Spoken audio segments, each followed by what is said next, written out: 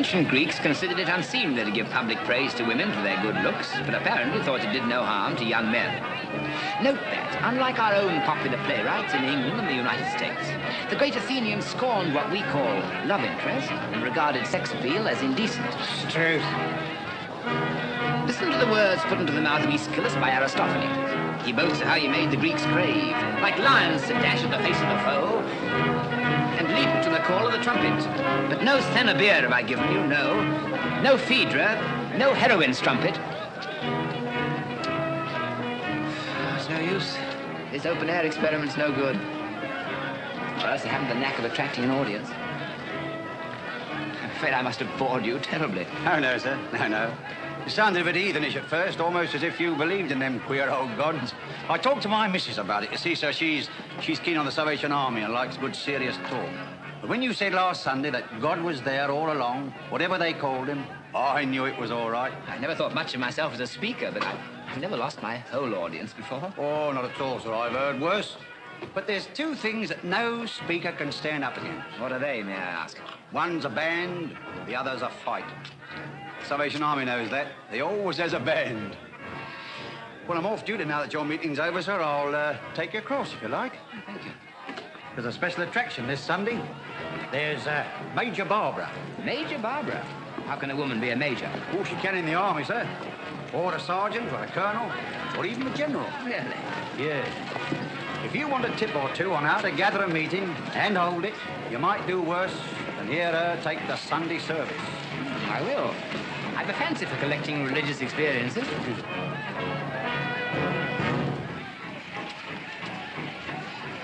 Amid all the poverty and ugliness of our lives here, the sin and the suffering, the grime and the smoke, the toil and the struggle, you know, and I know, that God is with us, always and everywhere. We don't need a cathedral to worship him in. Here, beneath God's open sky, we can draw nearer to him. Some of you feel him near you even now, and feel, too, how much you need him. Won't you let him come into your life, now, today, as so many have done before? You want his strength, his guidance, his comfort, and you need his forgiveness and friendship.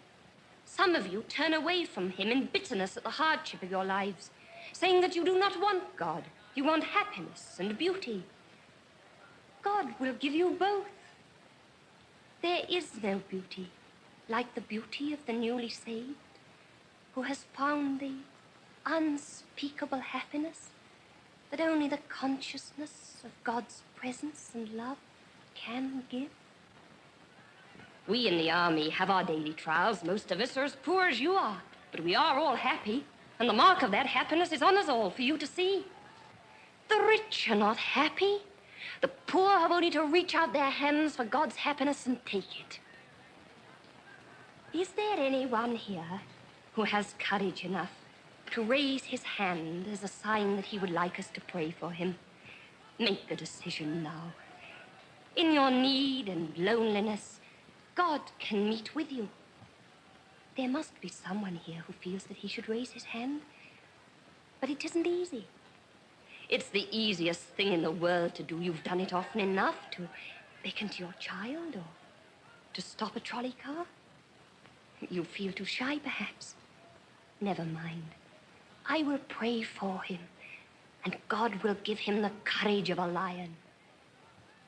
Come, do not keep God waiting. Thousands have done it, and if you can find me one who has done it and been sorry afterwards, I will put off this dear uniform and never pray again. Come, come. I know there is someone. Ah, I found him. Let the brave gentleman come to the front. Make room for him, please. Give me your hand, dear brother. Will you come with me to our shelter where we'll pray together? Friends, you will now sing How Sweet the Name of Jesus Sounds.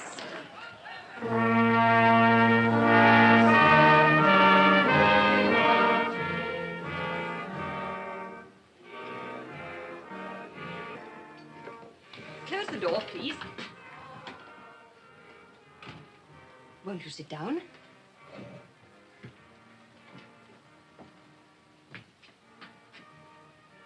Now, before we pray a little together, may I tell you to forget that we've never met before? You mustn't be shy and distant with me. I can see that all's well with you. I can see in your face the new happiness that has just come into your life. You're a new man. You're saved. You feel that, don't you? Listen to me, Major Barbara. I'm here on false pretenses. It is true that a new happiness has come into my life. A happiness which I never quite believed in. But at any rate, I thought would never come into my life. It has come. Thank God. Take care. It hasn't made me a better man. It's made me an utterly unscrupulous one. What do you mean? Look at me. Look deep into my eyes. Is the new happiness that you see there the kind of happiness you're thinking of? It must be. There's no other happiness like it. It gladdens my heart because, under God, I have brought it there. Good. Now, let me warn you that I am a scholar and a gentleman. I'm as poor as a church mouse, like all scholars. I'm no good for anything in the way of worldly success. But what does that matter? We're all poor here. We never think of money or success. When all our money's spent, we pray for more. And it comes. It always comes. Take your mind off such things. And now, shall we pray together? I never pray. At least, not in your way. The new thing that's come to me is not that I'm saved. I was saved when I was 5 years old, when I first swallowed your religion. Since then, I've swallowed 20 religions. It's my life's work. I'm interested in the essence of all religions, not in their catchwords or in yours. Let us find it for you here. We can. Nonsense. I have more to teach you about religion than you can yet imagine. You think so? Then why have you come here with me? Why did you hold up your hand? Because I have impulses that I cannot explain. They come very seldom, but when they come, nothing can stop me. There's an end of my conscience, of my prudence, of my reason. Such an impulse seized me the moment I saw you. You may be poor. Our table manners may be different. Our relatives may not mix. Probably everything is against our associating with each other. No matter. I will join the army. I will put on a uniform and beat the drum. In short, I am hopelessly and forever in love with you, and will follow you to the end of the world until you marry me. Is that plain?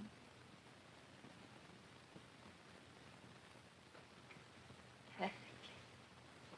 And now, will you begin by seeing me home? I should like to put you through your first trial by showing you where I live and introducing you to my family. God has some little surprises for you, my friend. Have we far to go? What about a taxi? We don't run to taxis in this part of the world. Most of us have never been in one. We'll have to take a bus. Oh, there's a 73. Jump in.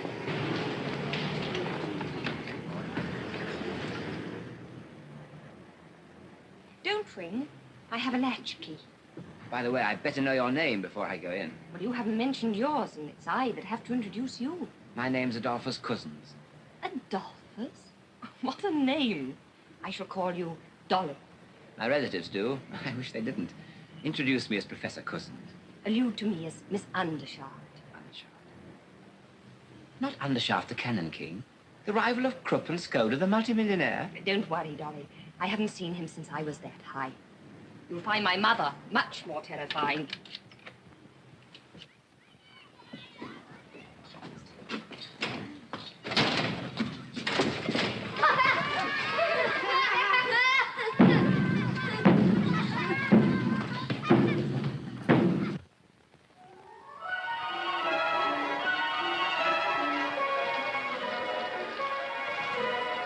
Remember the first time we caught a bus here, Major?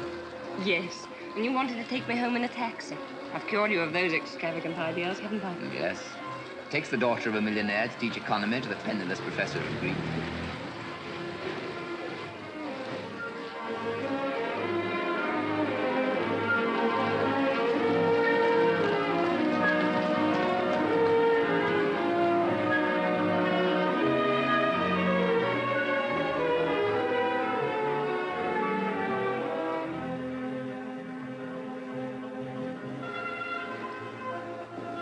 Kiki Morrison. I suppose we're too late for dinner. I regret to say so. So, Oh, excuse me.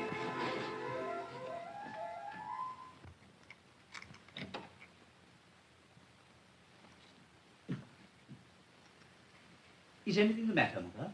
Presently, Stephen.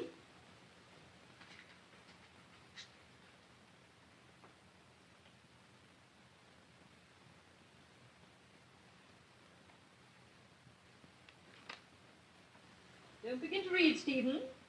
I shall require all your attention. It was only when I was waiting. Now. I haven't kept you waiting very long, I think. Not at all, Mother. Give me my cushion, please. Sit down. Don't fiddle with your tie, Stephen. There's nothing the matter with it. Oh, I beg your pardon. Stephen, I really cannot bear the whole burden of our family affairs any longer. You must advise me. Really, Mother, I know so little about our family affairs. So impossible to mention some things to. I suppose you mean your father. Yes? My dear, we can't go on all our lives not mentioning him. You're old enough now to be taken into my confidence and to help me deal with him about the girls. Oh, the girls are all right. They are engaged. Yes, I've made a very good match for Sarah. Charles Lomax will be a millionaire, 35. But in the meantime, his trustees cannot allow him more than 800 a year. Yes, but... Sarah will have to find at least another 800. And what about Barbara? I thought Barbara was going to make the most brilliant career of all of you. And what does she do? Joins the Salvation Army and walks in one evening with a professor of Greek whom she's picked up in the street. Yes, I was rather taken aback when I heard they were engaged. Cousins is a very nice fellow, certainly. No one would ever guess that he was born in Australia. Oh, Adolphus Cousins will make a very good husband. After all, nobody can say a word against Greek. Oh, no, indeed. Besides, my dear, you must marry soon. I'm trying to arrange something for you. Don't sulk, Stephen. I'm not sulking, Mother. And what has all this to do with my father? My dear Stephen, where is the money to come from? You know how poor my father is. Whereas your father must be fabulously wealthy. There's no need to remind me of that, Mother. I've hardly ever been able to open a newspaper in my life without seeing our name in it.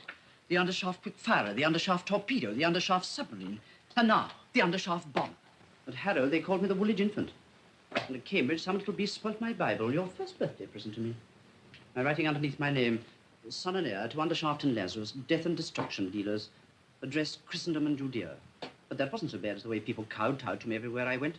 Because my father was making millions by selling cannon. Exactly. That's why he's able to behave as he does, openly defying every social and moral obligation. It's criminal. But he does not actually break the law. He broke the law when he was born. His parents were not married. Mother, is that true? Of course it's true. That's why we separated. But this is frightful for me, Mother, to have to speak to you about such things. Now, be a good boy, Stephen, and listen to me.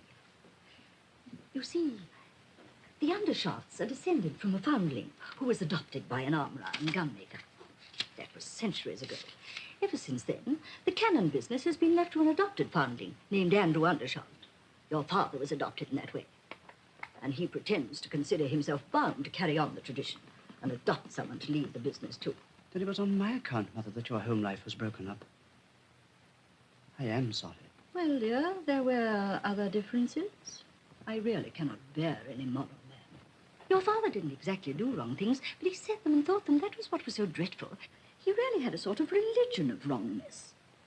I couldn't forgive him for preaching immorality while he practiced morality. All this simply bewilders me, Mother. Right is right and wrong is wrong. And if a man cannot distinguish them properly, he's either a fool or a rascal, and that's all. That's my own boy. Now that you understand the situation, what do you advise me to do? We cannot take money from him. After all, Stephen, our present income comes from your father. I never knew that. My dear boy, the Stevenages couldn't do everything for you. We gave you social position. Andrew had to contribute something. So you see, it isn't a question of taking money from him or not. It's simply a question of how much. I would die sooner than ask him for another penny. You mean that I must ask him?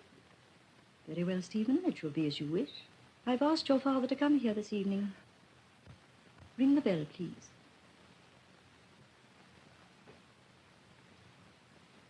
He may be here at any moment. Morrison, go and tell everyone to come to the drawing room at once. Yes, Lily.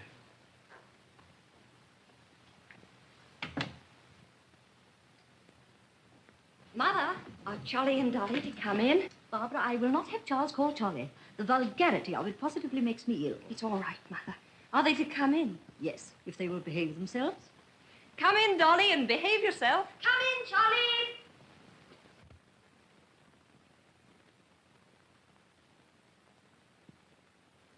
Sit down, all of you.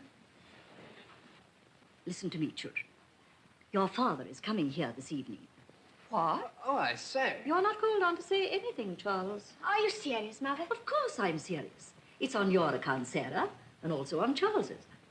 I hope you're not going to object, Barbara. I? Why should I? My father has a soul to be saved like anybody else. He's quite welcome as far as I'm concerned. Yes. Well, not that I mind him coming here, you know, if Sarah doesn't. Thank you. Adolphus, have I your permission to invite my own husband to my own house? You have my unhesitating support in everything you do, Lady Brett. I wonder how the old boy will take it. Much as the old girl will, no doubt, Charles. No, I didn't mean it. At least I... You didn't think, Charles. You never do. The result is you never mean anything. Now, please attend to me, children. Your father will be quite a stranger to us. I suppose he hasn't seen Sarah since she was a little kid, really? Not since she was a little kid, Charles, as you express it with that elegance of diction and refinement of thought that seem never to desert you. Accordingly... Might I speak a word to you, my lady? Nonsense. Show him in. Yes, my lady.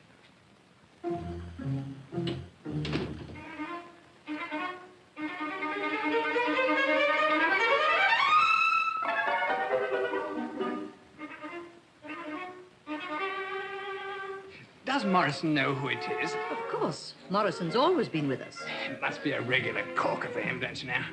Is this a moment to get on my nerves, Charles? No, but this is something out of the ordinary. Really, I never expected to meet the mystery man of Europe.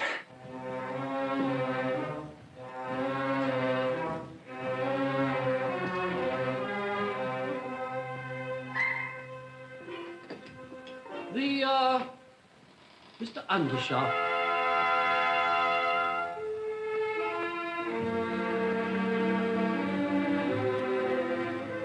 Good evening, Andrew. How do you do, my dear?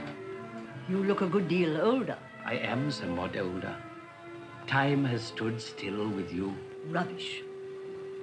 This is your family. Is it so large?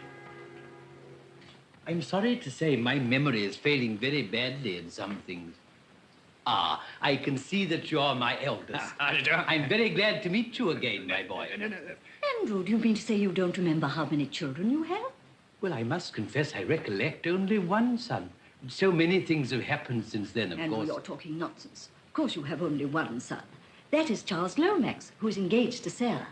My dear sir, I beg your pardon. Not at all. Not at all. This is Stephen. Happy to make your acquaintance, Mr. Stevie. Ah, then you must be my son. How are you, my young friend?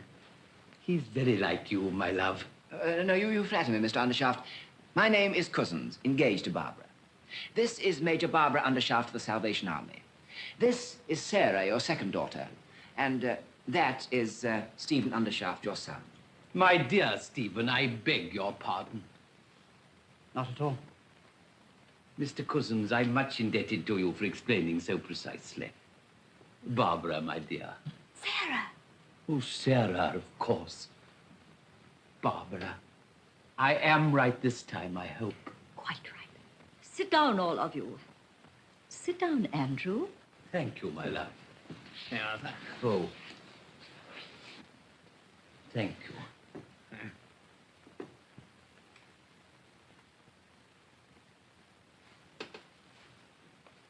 takes us some time to find out exactly where you are, doesn't it? That's not what embarrasses me, Mr. Lomax. My difficulty is that if I play the part of a father, I should produce the effect of an intrusive stranger. If I play the part of a discreet stranger, I may appear a callous father. There's no need for you to play any part at all, Andrew. You'd much better be sincere and natural. Yes, my dear. I dare say that will be best. Well, here I am. Now, what can I do for you all?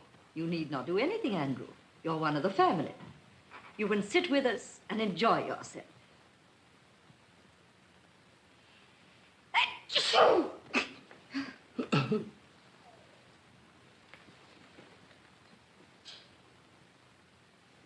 What on earth is this, Morrison? Your hot lemon and ginger, sir. Always at 9:15. Your memory seems to be a great deal better than mine. Charles Lomax, if you can behave yourself, behave yourself. If not, leave the room. I'm awfully sorry, lady, but really, no, upon myself. Why don't you laugh if you want to, Charlie? It's good for your inside. Barbara, you've had the education of a lady. Please let your father see that. And don't talk like a street girl. Never mind me, my dear. As you know, I'm not a gentleman, and I was never educated. Oh, but nobody did know it, I assure you. You look all right, you know. Oh, thank you very much. Charlie, I think you'd better play something for us. Oh, perhaps that sort of thing isn't in your line.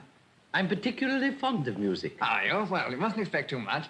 Do you play, Barbara? Only the tambourine, but it's useful for taking the collections in at the end of our meetings.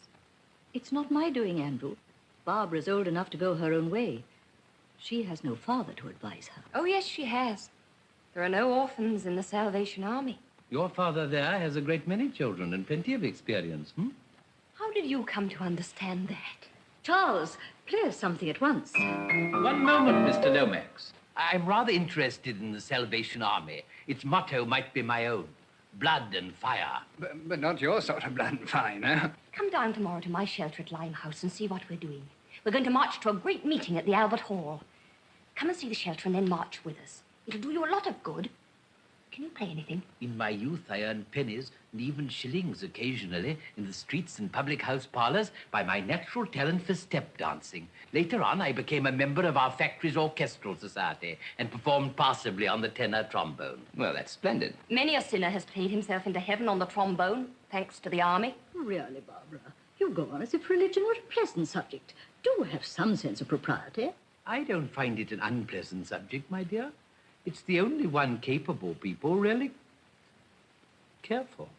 Well, if you're determined to have it, I insist on having it in a proper and respectable way.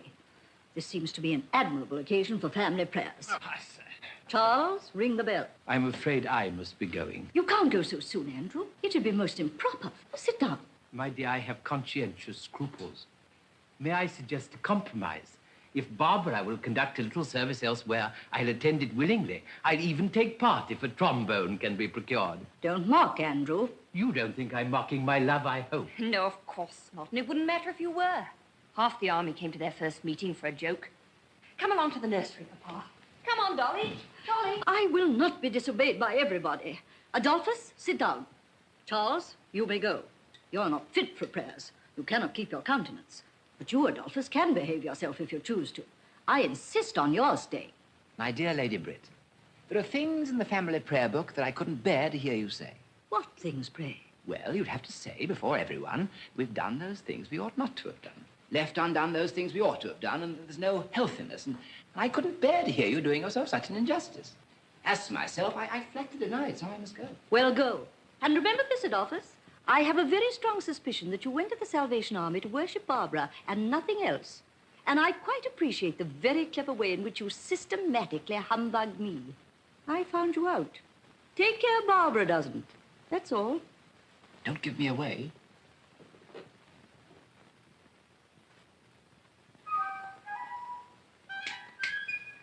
Sam, if you want to go, go.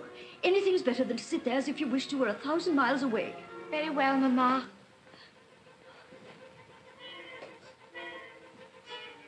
Mother, what's the matter? Nothing. Foolishness. You can go with him too if you like, and leave me alone. Oh, you mustn't think that, Mother. I don't like him. The others do. That's the injustice of a woman's lot. A woman has to bring up her children. That means to punish them, to deny them things they want, to do all the unpleasant things. And then the father, who has nothing to do but to pet them and spoil them, comes in when all her work is done and steals their affection from her. Have you ever saved a maker of cannons? No. Will you let me try? I'll make a bargain with you. If I go to see you tomorrow in your Salvation shelter, will you come the day after to see me in my cannon works? Take care. It may end in your giving up the cannons for the sake of the Salvation Army. Are you sure it won't end in your giving up the Salvation Army for the sake of my cannons? I'll take my chance of that. And I'll take my chance of the other. Where is your shelter? In Limehouse, at the sign of the cross. Ask anybody in Chinatown. Where are your works? At Perivale St. Andrews, at the sign of the sword. Ask anybody in Europe.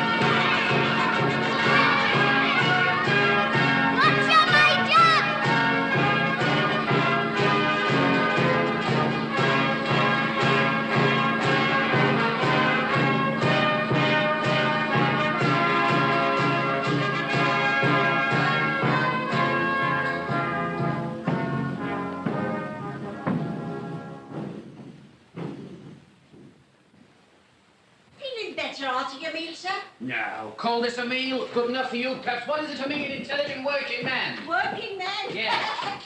What are you? Painter. Yes, I guess so. Yes. $3.10 a week when I can get it. Why don't you go and get it? Shall I tell you why? Because I'm intelligent. Yes, intelligent beyond the station of life into which it has pleased the capitalists to call me. And they don't like a man that sees through them. And second, an intelligent human being needs a due share of happiness, so I drink something crude when I get the chance. Third, I stand up for my class and do as little as I can so as to leave half the job for my fellow workers. And fourth, I'm flying up to know what's inside the law and what's outside it. And inside it, I do as the capitalists do, pinch what I can lay my hands on. What's your name? Price. Bronte O'Brien Price. Stubby Price for short. What's yours? Rummy Mitchins, sir. Your health, Miss Mitchins. Mrs. Mitchins? Mrs. Romola Mitchins. What? Oh, rummy. Respectable married woman getting rescued by the Salvation Army by pretending to be a badder now. Same old game. Well, what was I to do? I can't starve. These Salvation lasses is dear good girls. But the better you are, the worse they likes to think you was afore they rescued you. And why shouldn't they have their bit of credit, the poor loves? They're wore to rags by their work. And where would they get the money to rescue us if we was to let on that we was no worse than other people? That's right. You know what ladies and gentlemen are. Ah, thieving swine. I wouldn't say no to their job, though, rummy, just the same. Who saved you, Mr. Price? Was it Major Barbara? No, I'll come here on my own. I'm going to be Bronte O'Brien Price, the converted painter. I know what they like. I'm going to tell them how I blasphemed and gambled and whopped me poor old mother. Used you to beat your mother? Not likely. She used to beat me. You come and listen to the converted painter, and you'll hear how she was a pious woman that taught me my prayers at her knee. And how I used to come home blind drunk and drag her out of bed by her snow-white hair and lam into her with a poker. That's what's so unfair to us women. Your confessions is just as big lies as ours is. Yeah. But you men could stand up and tell your lies right out at the meeting and be made much of for it. While the sort of confessions we has to make has to be whispered to one lady at a time. Take right, in spite of all their piety. Right? Do you suppose the Salvation Army'd be allowed if it went and did right? Not much. It combs our hair and turns us into good little blokes to be robbed and put upon. But I can play the game as good as any of them. I'll see somebody struck by lightning, or I'll hear a voice saying, "Snobby Price, where will you spend eternity?" Oh, I'll have a time of it, I can tell you. Come, pluck up. You'll be all right. Oh, poor old man. Cheer up, brother. You'll find rest and peace and happiness here. Hurry up with the food, missus. Fair done. I shan't be long. Buck up, Daddy. She's going to fetch you a nice thick slice of bread and scrape and a mug of sky blue. Keep up your old art. Never say die. I ain't old, man. I'm only 49. Well, that grey patch come in my hair before I was 30. Am I to be turned out in the street to starve for it? And my job given to a younger man what can't do it no better than I can? Well, no good jawing about it. You're only a jumped-up, chucked-off hospital turned out incurable of an old working man who cares about your way. You make the thieving swine give you a square meal. They stolen plenty from you. You get a bit of your own back. Ah, there we are, brother. Now, you ask a blessing and tuck that into you. Go on. There. Well, I never took nothing at all. Oh, come. The Lord wasn't above taking bread from his friends, so why should you be? Besides, when we find you a job, you can pay us for it if you like. Yes, miss. Yeah, that's right. I can pay you back. It's only a loan. Well, Rummy, are you more comfortable today? Bless you, lovey. You fed my body and saved my soul, didn't you? You look ready to drop. Sit down and rest a bit. Oh, not yet, Rummy. There's more work than we can do. I mustn't stop. You try a prayer for just 2 minutes. You'll work all the better after. Oh, isn't it wonderful how a few minutes' prayer revives you? I was quite lightheaded this morning. I was so tired. But Major Barbara just sent me to pray for 5 minutes. And I was able to go on as if I'd only just begun.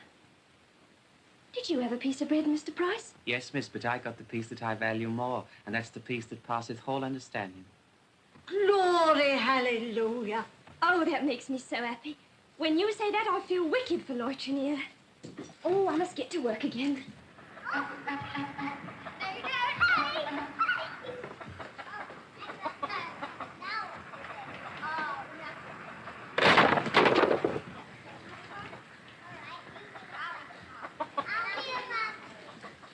Hello, Bill. Can't you go? Ah.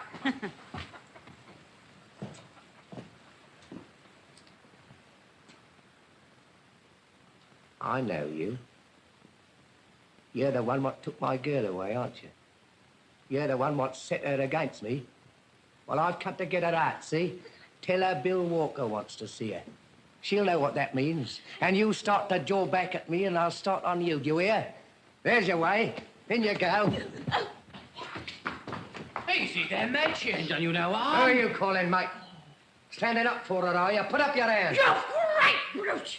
Oh, God forgive you. How could you strike an old woman like that? You go and forgive me again, and I'll go and forgive you one on the jaw that'll stop you praying for a week. Have you anything to say against that? No, mate, it's nothing to do with me. No. Good job for you, you staff care. Now, are you going to fetch that mug every jam, and I'm going to knock your block off and fetch it out myself, eh? Oh, please, someone go in and tell Major Barbara. You want to tell your Major and me, do you? Please don't drag my hair. Let me go. Do you or don't you? Yes or no? Oh, God, give me strength. Oh. Go and show her that and tell her, if she wants one like it, to come and interfere with me.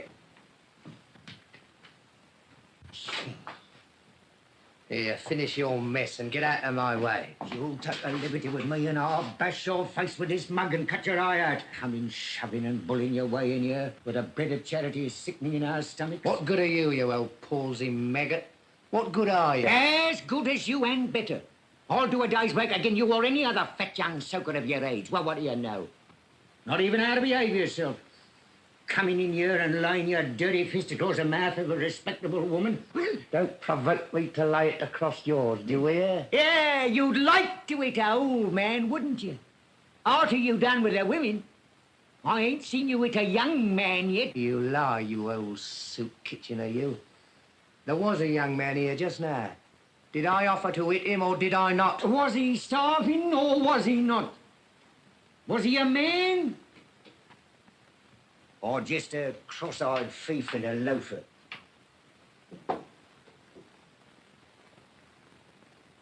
Would you hit my son-in-law's brother? Who is he? Todger Fairmile, the Ball's Pond. Him what won the £20 off the Japanese wrestler at the music hall for standing up against him for 17 minutes, 14 seconds. I ain't no musical wrestler. Can he box? Yes, and you can't. What, I can't I? What's that you say? Will you box Todger Fairmile if I put him onto you? I'll stand up to any man alive if he was 10 Todger Fairmiles, but I don't set up to be a professional. Here, what am I doing talking to an old mucker like you for? I'm going in there to fix her out. You're going to be carried to the police station on a stretcher, more likely. You mind what you're about. Why, haven't you heard that the Major here is a grand order, no? You'll see. Well, I ain't done nothing to her. Suppose she says you did. Who's going to believe you? God, there ain't no justice in this country. I'm as good as her. Tell her so. It's what a fool like you would do. Good morning. Morning. Sit down. Make yourself at home. Now then, since you've made friends with us, we want to know all about you. Name and trades, please. Peter Shirley, fitter. Chucked out of my job 2 months ago because I was too old. You'd pass still. Why didn't you dye your hair? I did. And my age came out at the coroner's inquest in my daughter. Steady. Teetotaler. Never out of a job before. Good worker and sent to the scrap heap. No matter. If you did your part, God will do his. My religion's no concern of nobody but myself. I know. Secularist. Did I offer to deny it? Why should you? My own father's a secularist, I think. Our father, yours and mine, fulfills himself in many ways. And I dare say he knew what he was about when he made a free thinker of you. So buck up, Peter. We can always find a job for a steady man like you. What's your name? What's that to you? Afraid to give his name. Any trade? Who's afraid to give his name? If you've got a charge to bring against me, bring it. My name's Bill Walker. Bill Walker? Oh, you're the man that little Jenny Hill was praying for inside just now. Who's Jenny Hill and what call she got to pray for me? I don't know. Perhaps it was you that cut her lip. Yes, it was me what cut her lip. I ain't afraid of you. How can you be, since you're not afraid of God? You're a brave man, Mr. Walker. It takes some pluck for us to carry on our work here, but none of us dare lift a hand against a girl like that, for fear of her father in heaven. I don't want none of your cat and jaw, see? I suppose you think I came here to beg from you like this damaged lot here. Not me. I don't want none of your bread and scrape. And I don't believe in your God, neither. No more than what you do yourself. Oh, I beg your pardon for putting your name down, Mr. Walker. I didn't understand. I'll strike it out. Here, you let my name alone. Ain't my name good enough to go in your book? Well, you see, there's not much point by putting your name down if I can't do anything for you. What's your trade? That's no concern of yours. Quite so. I'll put you down as the man who struck poor little Jenny Hill in the mouth. I see here. I've had enough of this. What did you come here for? I came for my girl, see? I came to take her out of this and to break her jaw for her. You see, I was right about your trade.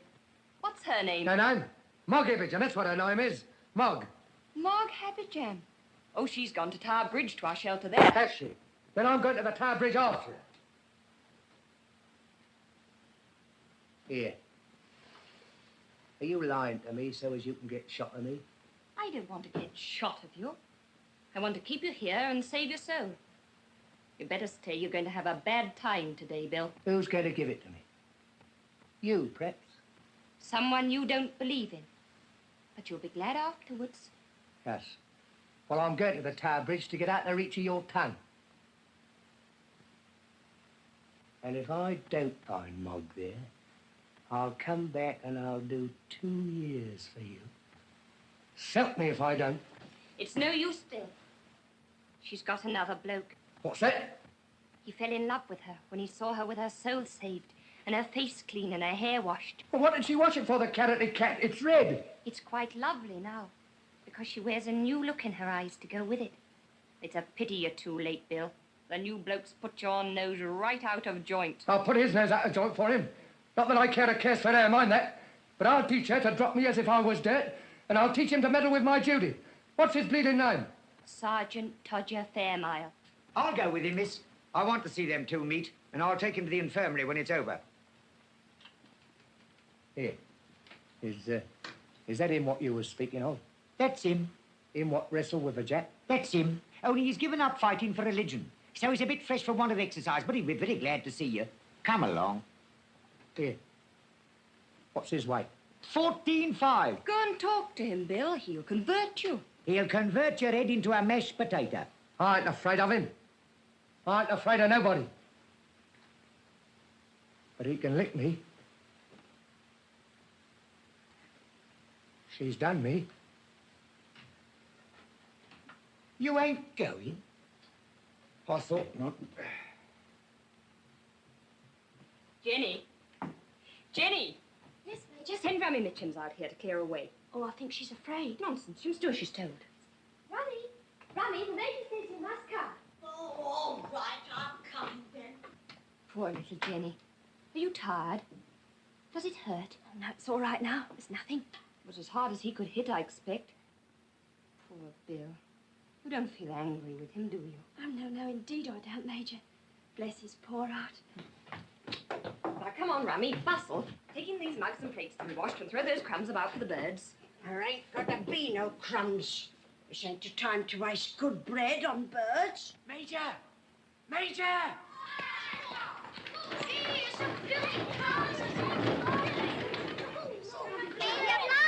Well, my dear. Hello, Papa. So you kept your promise. I'd have the law on you, you flat-eared, pig-nosed pot-wallower, you. If she let me, you're no gentleman, you ain't. Treat a lady in the face. Yeah, in with you, before you get yourself into more trouble. Huh?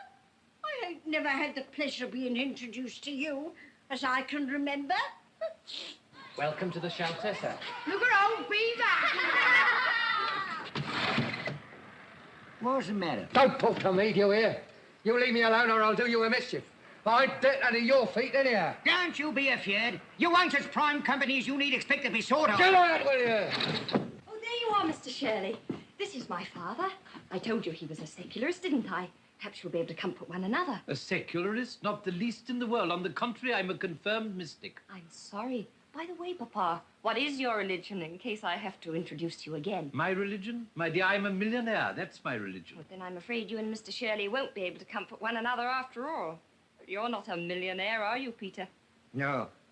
I'm proud of it. Poverty, my friend, isn't a thing to be proud of. Who made your millions for you? Me and my like. What kept us poor? Keeping you rich. I wouldn't have your conscience, not for all your income. And I wouldn't have your income, not for all your conscience, Mr. Shirley. You wouldn't think he was my father, would you, Peter? Will you go into the kitchen and lend the lasses a hand? Oh, yes, I'm in their debt for a meal, ain't I? No, not because you're in their debt, but for love of them, Peter, for love of them. There, now, don't stare at me. In with you. And give that conscience of yours a holiday. Oh, never mind me, my dear. You just go about your work and let me watch it for a while. Very well, Papa. For instance, what's the matter with this outpatient over here? Oh, we'll cure him in no time. Just wait.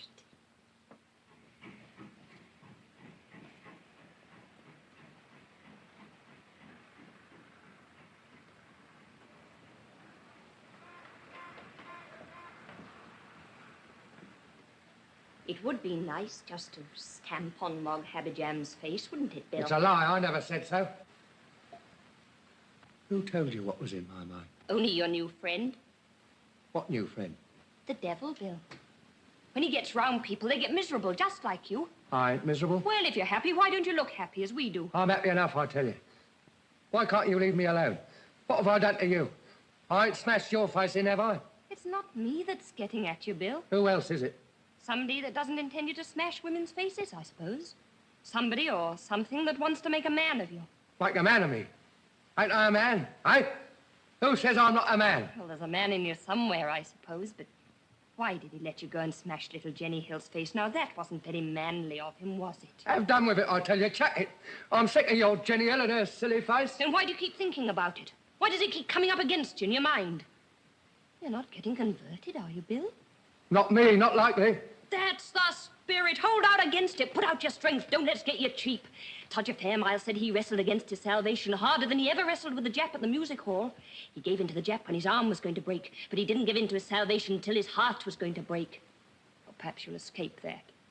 You haven't any heart, have you, Bill? Why ain't I got a heart? Same as what anybody else has. Well, a man with a heart wouldn't have smashed poor little Jenny Hill's face, would he? Leave me alone, will you?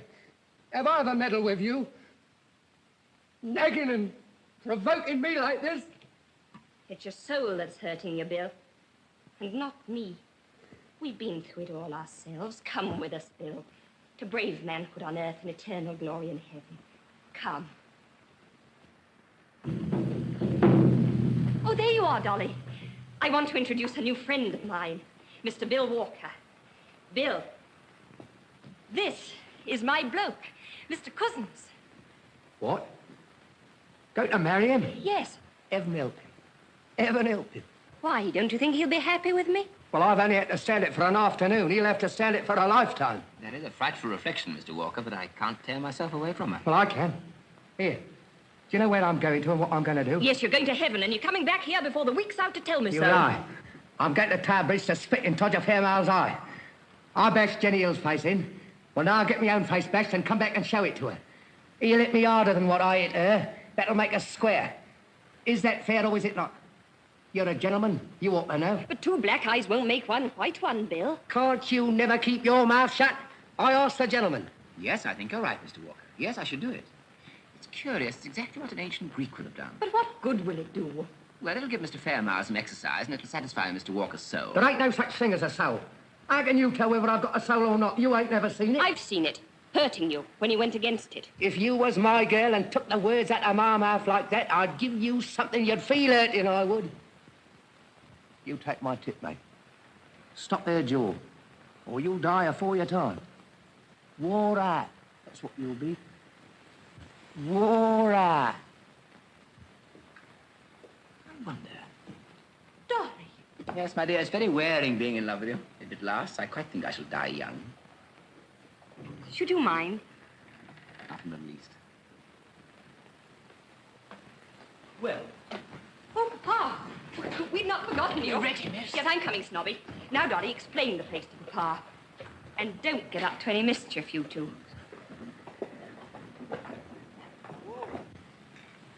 Once the rowdiest pub in the district, Barbara has converted it. She's quite original in her methods. Barbara Undershaft would be. Her inspiration comes from within herself. It's the Undershaft inheritance. I shall hand on my torch to my daughter. She shall make my converts and preach my gospel. What, money and gunpowder? Yes, money and gunpowder, freedom and power, command of life and command of death. This is extremely interesting, Mr. Undershaft. Of course you know you're mad. And you? Oh, mad as a hatter. You're welcome to my secret, now I've discovered yours. I'm astonished. Can a madman make cannon? Would anyone else but a madman make them? And now, question for question, can a sane woman make a man of a waster or a woman of a worm? Are there 2 mad people or 3 in the shelter today? You mean Barbara's as mad as we are? My dear Professor, let's call things by their proper names. I am a millionaire. You're a Greek scholar. Barbara is a savior of souls. What have we 3 to do with the common mob of slaves and idolaters? Take care. Barbara's in love with the common people, so am I. Have you never felt the romance of that love? Romance. You ever been in love with poverty like St. Francis? You ever been in love with dirt like St. Simeon? You ever been in love with disease and suffering like our nurses and philanthropists? Such passions are unnatural. This love of the common people may please an earl's granddaughter and a university professor. But I've been a poor man and a common man, and it has no romance for me. Leave it to the poor to pretend that poverty is a blessing. We know better than that. We 3 must stand together above the common people and help their children to climb up beside us. Barbara must belong to us, not to the Salvation Army. Well, I can only say that if you think you can get her away from the Salvation Army by talking to her as you've been talking to me, then you don't know Barbara. My friend, I never ask for what I can buy.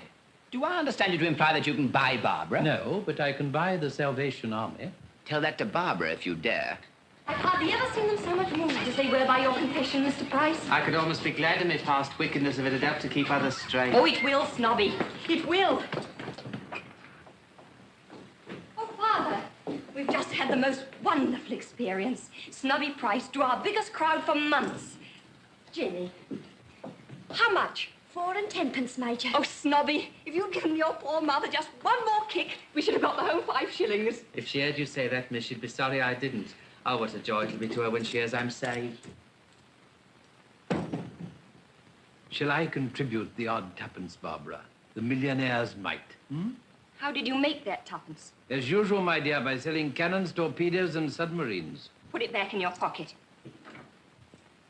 You can't buy your salvation here for 2pence. You must work it out. Isn't 2pence enough? I could afford a little more if you pressed me. 2 million millions would not be enough. Your kind of money is no use. Take it away. Dolly, you must write another letter to the papers for me. Oh, I know you don't like it, but it must be done. The General says we've got to close the shelter if we can't get more money. I force the collections at the meetings until I'm ashamed, don't I, Snobby? Oh, it's a fair treat to see the way you work it, Major. The way you got 'em up from 3 and 6 to 4 and 10 in that hymn, penny by penny and verse by verse, was a caution. Not a cheap jack on Mile End Waste could have touched her at it. Excuse me, sir. I wish we could do without it. What use are these handfuls of pennies and halfpennies? We want thousands, tens of thousands, hundreds of thousands. I want to convert people, not to be always begging for the army in a way I'd sooner die than beg for myself. But how are we to feed them? I can't talk religion to a man with bodily hunger in his eyes. Oh, it's frightful. Oh, Major, dear. Now, don't comfort me, Jenny. It's all right. We'll get the money. How? By praying for it, of course. It was the General. She's coming to march with us to our big meeting. And she's very anxious to meet you. For some reason or other. Perhaps she'll convert you. My dear, I should be delighted.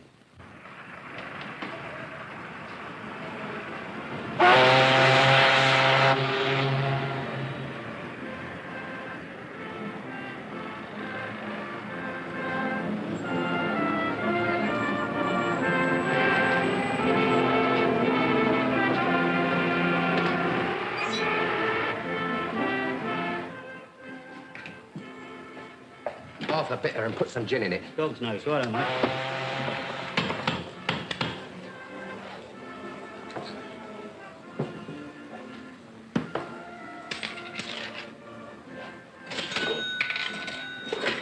Cool.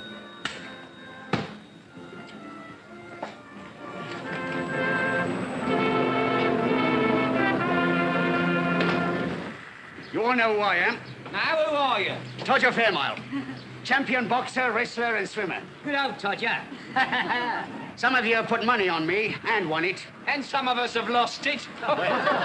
You'll lose no more money that way. I may ask you for a penny or two presently to put in the young lassie's tambourine. I've been promoted sergeant in the Salvation Army. Yes, it's easier than fighting, ain't it? No, Corky. It's not easier. But it's ever so much happier. And who told you I'd given up fighting? I was born a fighter, and please God, I'll die a fighter. But the ring was too small for a champion like me. It was no satisfaction to me to knock out some poor fellow who'd been set up against me for a purse of money. I held his shoulders down on the mat. It was too easy. And there was no future in it for either of us. You don't say so. One day, I gave an exhibition spar for the benefit of charity. Our general was there, and I was introduced to her. She said to me, I was a wonderful young man. And she asked me, was I saved? No, says I. But I can go 15 rounds with Tommy Farr if you like to put up the money. Of course you can, she said. But can you go? Not 15 rounds, but eternity. With the devil, for no money at all. Well, I tried to make light of it. But it stuck. And a week later, I took the count for the first time, and I joined up. And now, I fight the devil all the time. And I'll say this for him, Corky. He fights fairer and harder than some champs we've tackled. But God is against him. And in that sign, we shall conquer. Now, shall we have another hymn?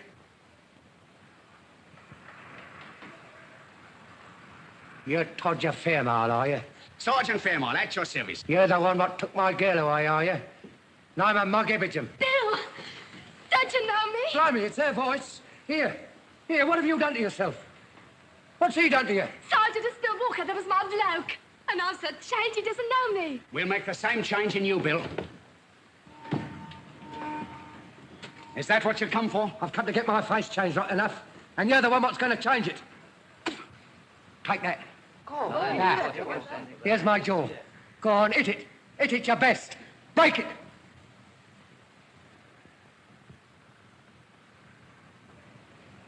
Oh, that I should be found worthy to be spit upon for the gospel's sake. Hit it! Glory, hallelujah. Glory, hallelujah. Billy shouldn't have done that. You've spit in the face of your salvation. Listen here, you. Do you know I slept with a girl named Jenny Hill? One of your limehouse lasses? We do. Has she converted you? Keep your mind off this conversion business and listen to what I'm saying. I broke Jenny Hill's jaw this morning. Oh, no, you didn't, Bill. It ain't so easy to break a jaw as you think. You haven't got the punch for it. You hit her in the face like a fine, bold fella you are, and now you want to forgive yourself, and you find you can't, unless I give you a blow back harder than you can hit. Friends, this man is on the way to his salvation. Let us all pray for him. Kneel down, Bill. Get out with you. Well, kneel down, brother. Get him on his knees. Here, you leave me alone. What do you think I'm made of, cast iron? Brother, pray with us. Dear Lord, break his stubborn spirit, but don't hurt his dear heart. Never mind my dear heart. How about my ribs?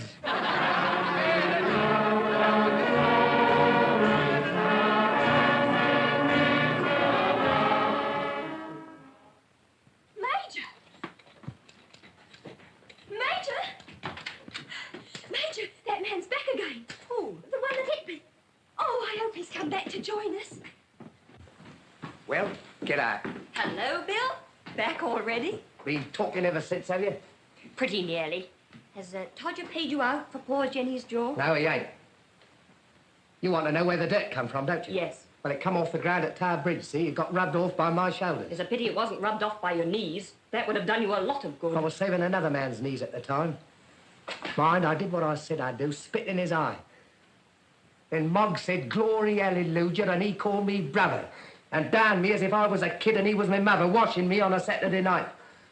Kneeling on me head he was, 14 stone 5, praying comfortable with me as a carpet.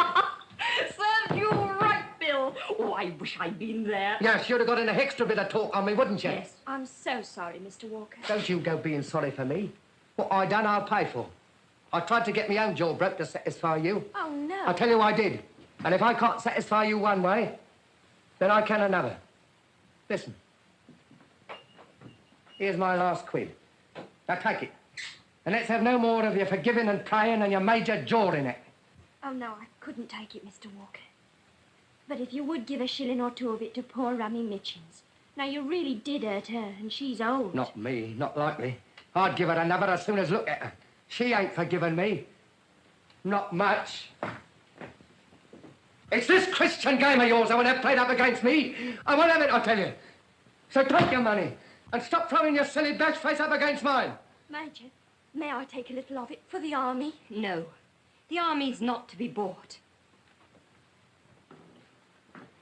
Bill, we want your soul, and we'll take nothing less. I know. Me and my few bob ain't good enough for you. You're an earl's granddaughter, you are. Nothing less than £100 would do for you. Come, Barbara, you could do a great deal of good with £100. If you'll set this gentleman's mind at ease by taking his £1, I'll give you the other 99. Oh, Papa, you're too extravagant. Bill offers 20 pieces of silver. All you need offer is the other 10. That will make the standard price to buy anybody who's for sale. Well, I'm not, and the army's not. Bill, you'll never have another quiet moment until you come round to us. You can't stand out against your salvation. I can't stand out against music hall wrestlers and artful-tongued women. I've offered to pay and I can't do no more. There it is. Take it or leave it. Mr. Walker, apparently we're in the same boat. Perhaps we can help each other. You'd better come and see me. I don't want none of your charity. It's not charity I'm offering you, it's work. My dear, it was an inspiration to have asked your father here today. God needs him, Major. God needs him.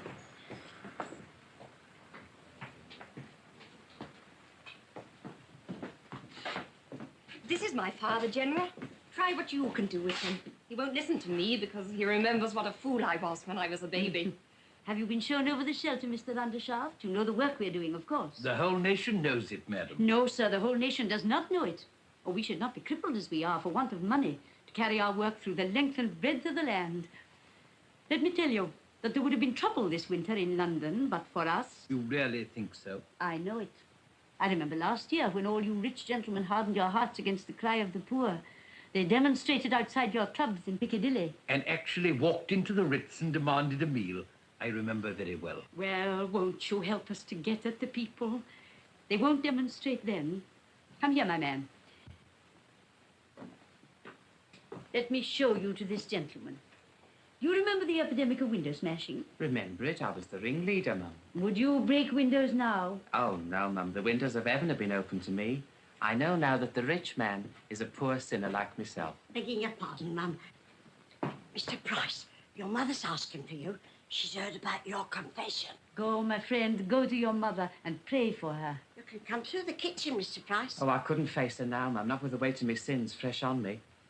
Tell her she'll find her son at home, waiting for her in prayer. You see how we take the anger and bitterness out of their hearts, Mr. Undershaw. I do indeed, madam.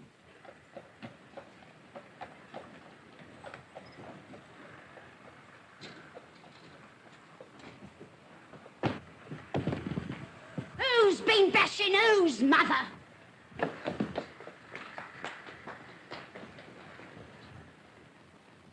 Barbara, Jenny, I've good news, most wonderful news. Our prayers have been answered. Have we got enough money to keep the shelter open? I hope we shall have enough money to keep all the shelters open.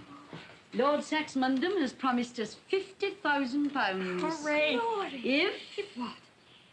If 5 other gentlemen will give 10,000 each to make it up to the 100,000. But who is Lord Saxmundham? I never heard of him. A new creation, my dear. Did you ever hear of Sir Horace Bodger? Bodger? Do you mean the distiller? Bodger's whiskey? Yes, that's the man. He's one of the greatest of our public benefactors. He restored the cathedral at Hackington. They made him a baronet for that. He gave £500,000 to the funds of his party. They made him a viscount for that. What'll they give him for the 50,000? There's nothing left to give him, so the 50,000, I imagine, is to save his soul. Heaven grant it may. Oh, Mr. Undershaw, you have some very rich friends. Can't you help us towards the other 50,000? Look, we're going to hold a great meeting this evening at the Albert Hall. If I could only announce that one gentleman had come forward to support Lord Saxmundham, others would follow. Don't you know somebody? Couldn't you? Wouldn't you? Oh, think of those poor people, Mr. Undershaft. Think of how much it means to them and how little to a great man like you. Madam, you're irresistible. I can't disappoint you. And I can't deny myself the satisfaction of making Bodger pay up. You shall have your 50,000. Thank God. You don't thank me, madam. Oh, sir, don't try to be cynical. Don't be ashamed of being a good man. The Lord will bless you abundantly, and our prayers will be like a strong fortification round you all the days of your life. You'll let me have the cheque to show at the meeting, won't you? Mr. Duff. Thank you. I prefer my own.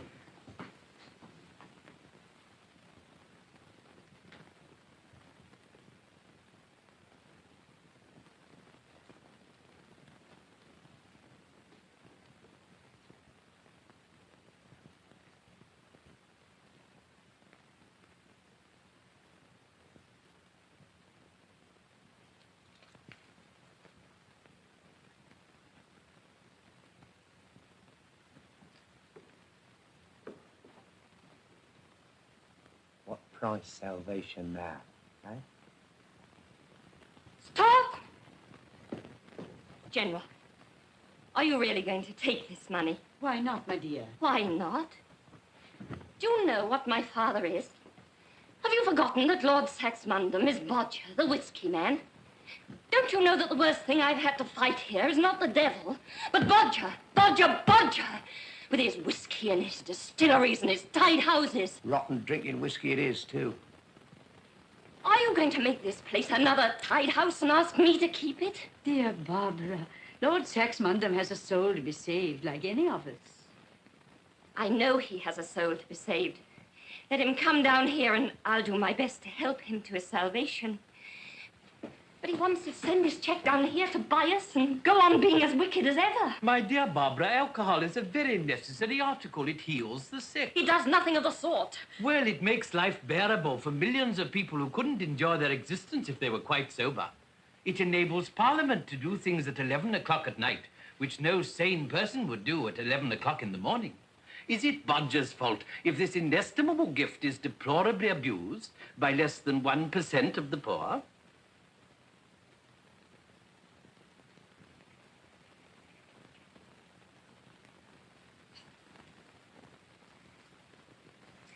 Barbara, will there be less drinking or more if all those poor souls we are saving come tomorrow and find the doors of the shelter shut in their faces?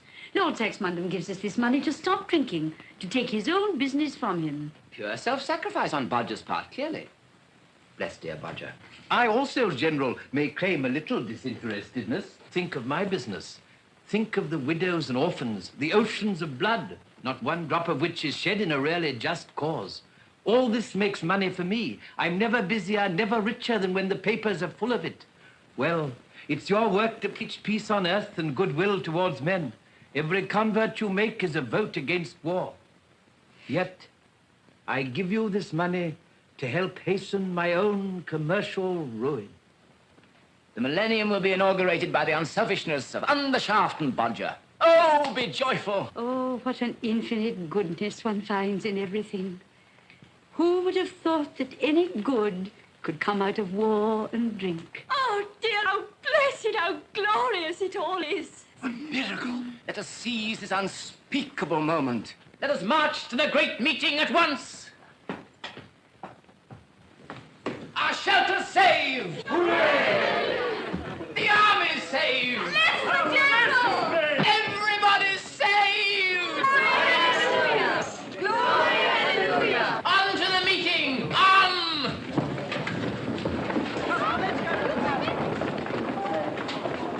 Mr. Undershaft, have you ever seen 5,000 people fall on their knees with one impulse and pray? Come with us to the meeting. Barbara shall tell them that the army is saved, and saved through you. You shall carry the flag down the First Street, General. Mr. Undershaft is a gifted trombonist. He shall march with us, blasting us to high heaven. Blow, Machiavelli, blow! I'll do my best. I could vamp a bass if I knew the tune. It's a wedding chorus from Donizetti's operas. But we've converted it.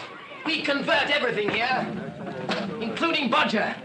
You remember the chorus? For thee, immense rejoicing, immenso jubilo, immenso jubilo. Rum-dum-de-dum-dum. Dolly, you're breaking my heart. What's a broken heart, more or less, here? St. Undershaft and St. Bodger have descended, the patron saints of peace and temperance. I am possessed!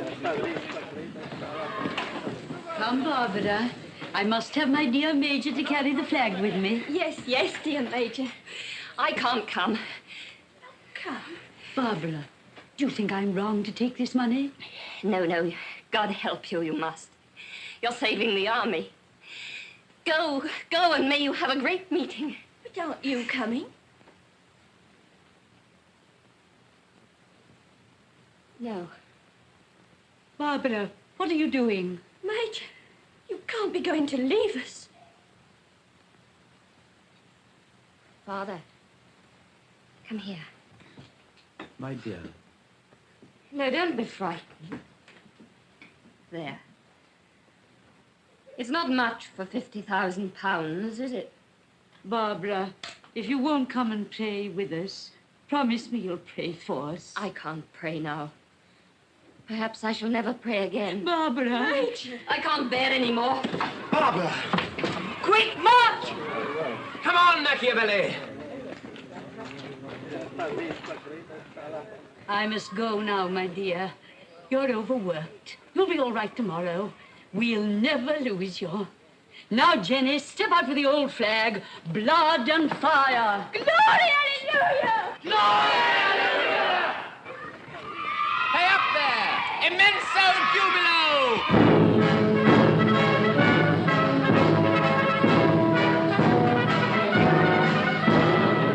Blood and fire. My ducats and my daughter, honey and gunpowder.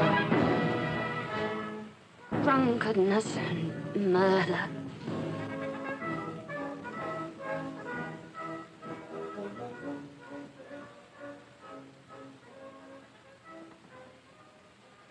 My God, why hast thou forsaken me?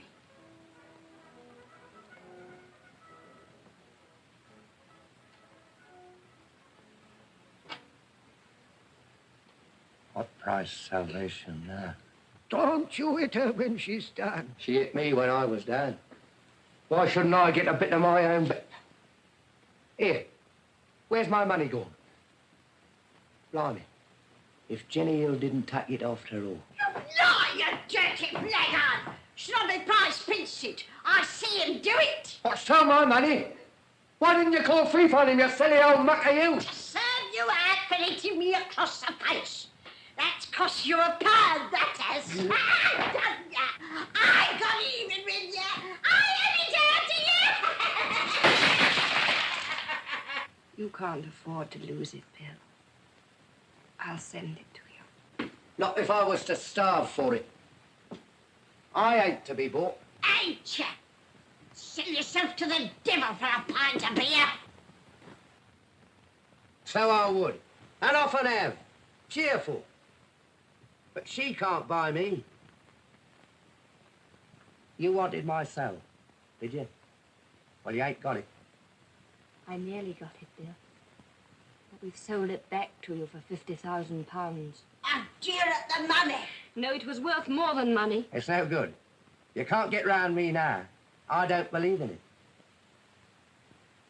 And I've seen today that I was right.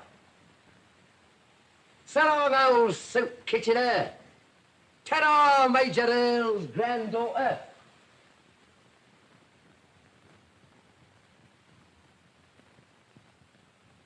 What price salvation now? Snobby price. Come. Goodbye, Bill. Get out.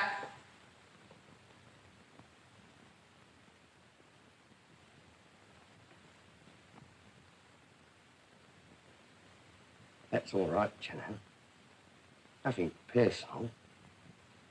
No malice. So long. Judy?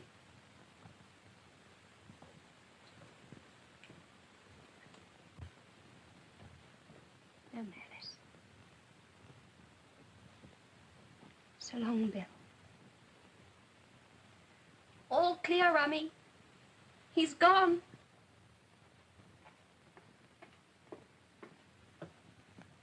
You make too much of him, miss, in your innocence. Better too much than too little, Rummy. Yes, miss. God forgive me.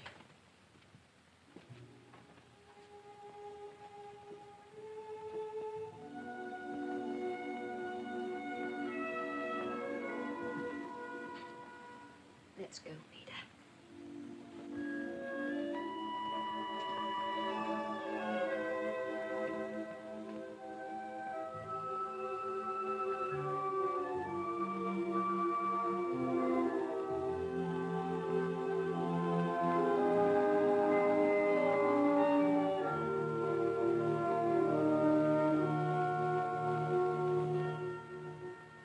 Peter, I'm like you now. Cleaned out and lost my job. Youth and hope, that's two better than me. I'll get you a job, Peter. That's hope for you. The youth will have to be enough for me. I've just enough left for 2 good teas and my bus home. Don't be proud, Peter. It's sharing between friends. And promise me you'll talk to me and not let me cry.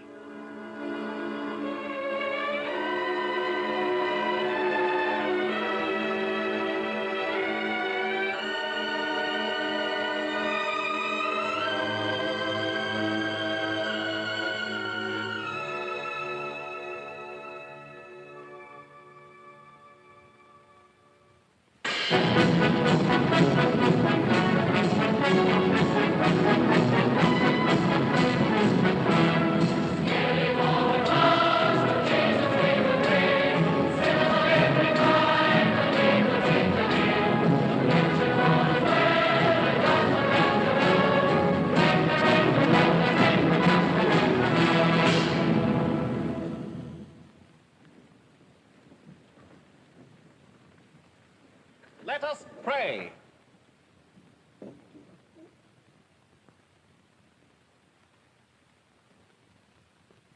Amen.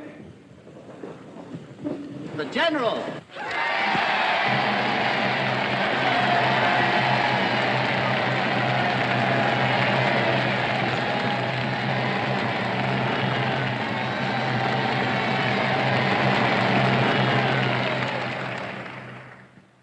Friends, we have a duty tonight which we must not forget. God has answered our prayers wonderfully by sending us a great gift, one that will enable us to get through many winters as bitter as this one has been. without stinting one of his children of their little ration of bread and milk and their warm blanket in the shelter. You all know the name of the nobleman who, under God, was the instrument of the first half of that gift. You will pray for him and rejoice in his salvation. God bless Lord Saxmundham. You do not know the name of that other generous servant of God who has made up the whole sum for us. And I must not tell it to you, for he is one of those who does not let his right hand know what his left hand doeth.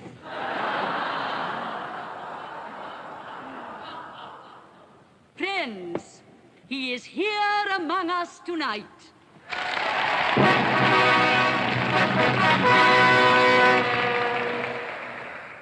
This afternoon, when he announced his magnificent offering to me, I exclaimed, "Thank God."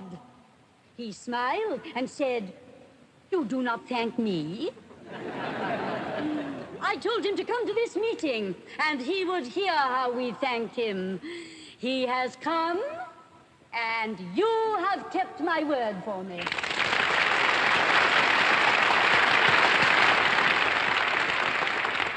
My friends, you may not know him on this side of the grave, but when we cross the river over there, he will be there with us still, and you will know him by the seal of God on his brow.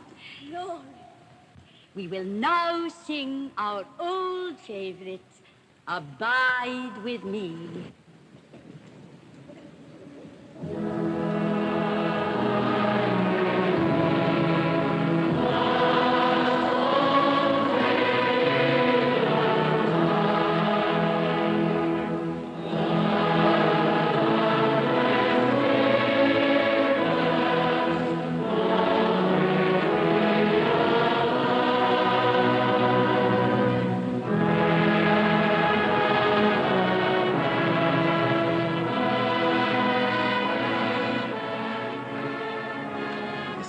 More than I bargained for.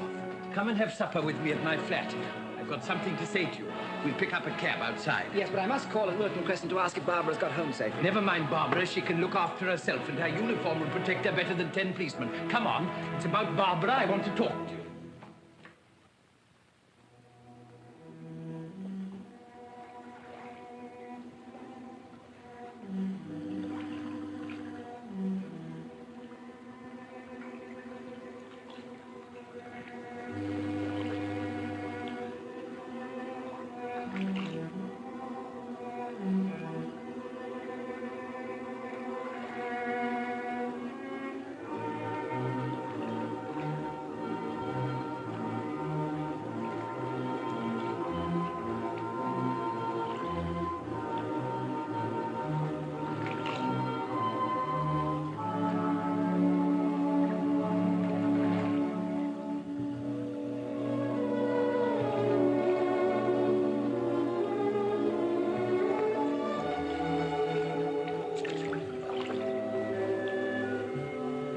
Now, then, what's your game? I've been watching you. Don't try throwing yourself after that bonnet and giving me the trouble of fishing out, because you won't be let do it, see? That's what you thought, is it? Even if I wanted to throw away my life, I wouldn't risk yours. You'll excuse me, miss, but are you quite yourself this evening? I'm not at all sure. I've walked a very long way, and I've become quite tired suddenly. Do you think you could find me a taxi to take me home? Taxi, miss? What you want, by the look of you, is an ambulance. Ambulance?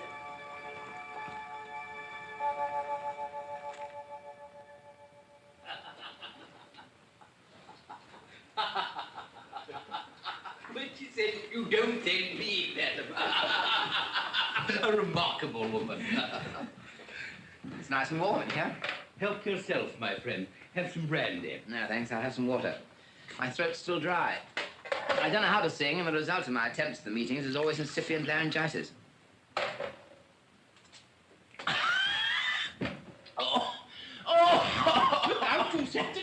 on fire. Burnt my throat. What on earth is it? It's all right, it's only vodka. It won't hurt you. Try some of that temperance burgundy. It will wash away the sting.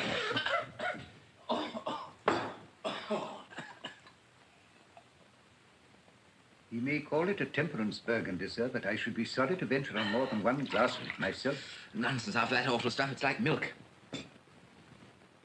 Steady, steady. My burgundy isn't as mild as it seems. Oh, are you all right? Perfectly. Good. You don't mind if I get rid of this?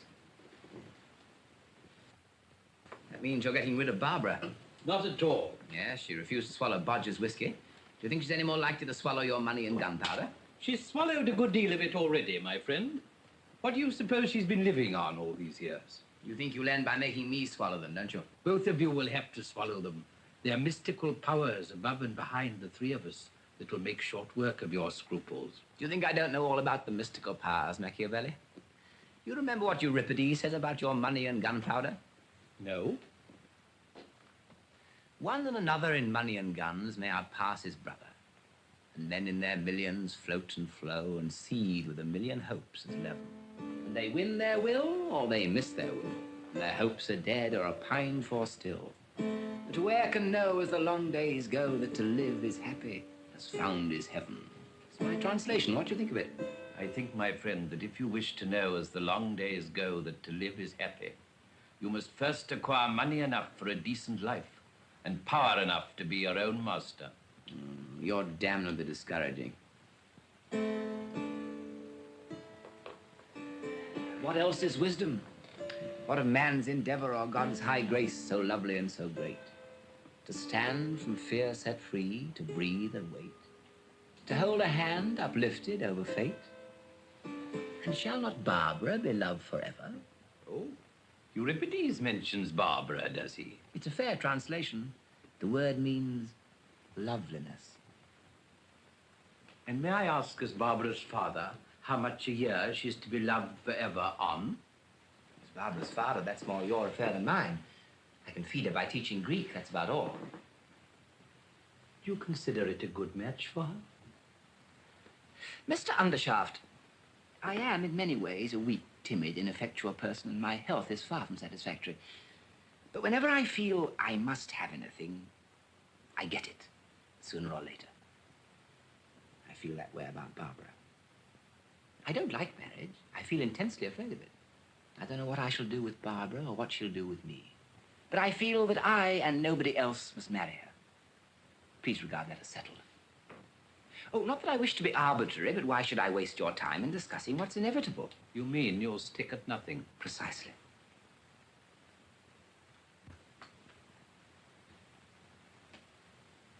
Professor Cousins, you're a young man after my own heart. Mr. Undershaft, you are, as far as I'm able to gather, a most infernal old rascal. But you appeal very strongly to my sense of ironic humor. Good. We shall get on well together. Have you ever thought about going into business? My business? Money and gunpowder? Never. Barbara's money will come from it. Why not help to earn it? You thought of that at all? Look here, Machiavelli. I am interested in thought reading and have, in fact, made some experiments in it, but I object to your trying it on me. When my head is clear, I'll tell you exactly what I think. Just at present, I'm in a state of exaltation. I don't know why. Perhaps the excitement of that meeting.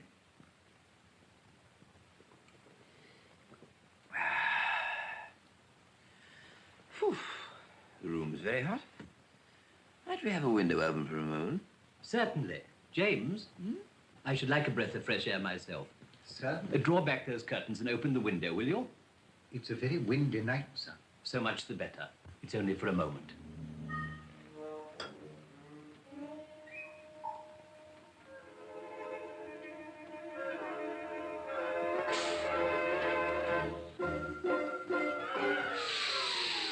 Ah, what a relief. Steady, Machiavelli, steady. Lend a hand, will you? Quick! Right, sir.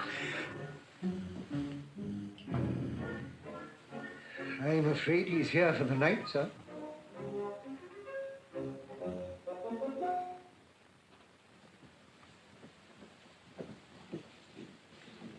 Nobody down yet? Mr. Stevens down, my lady, and has had his breakfast.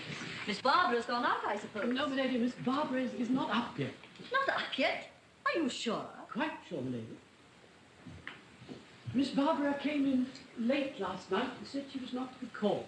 Not to be called? Was she quite well? A little pale, my lady, and without her bonnet. I hadn't much time to notice.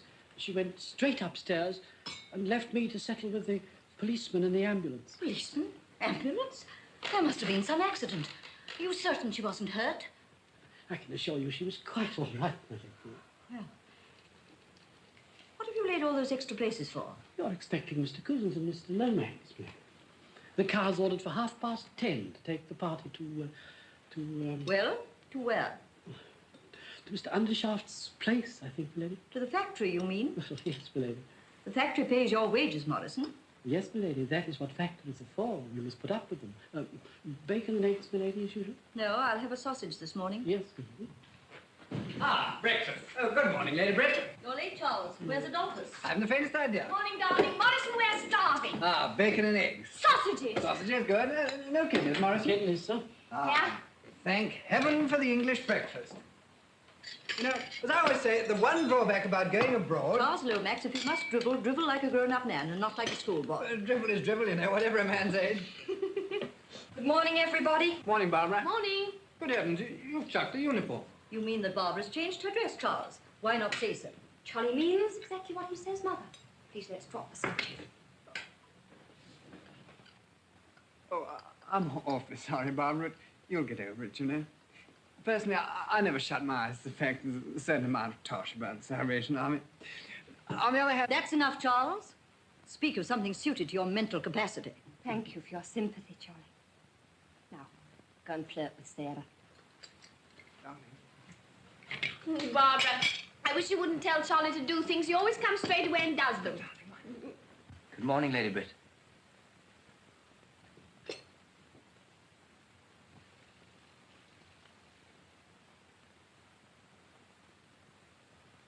Morning, darling. Good morning.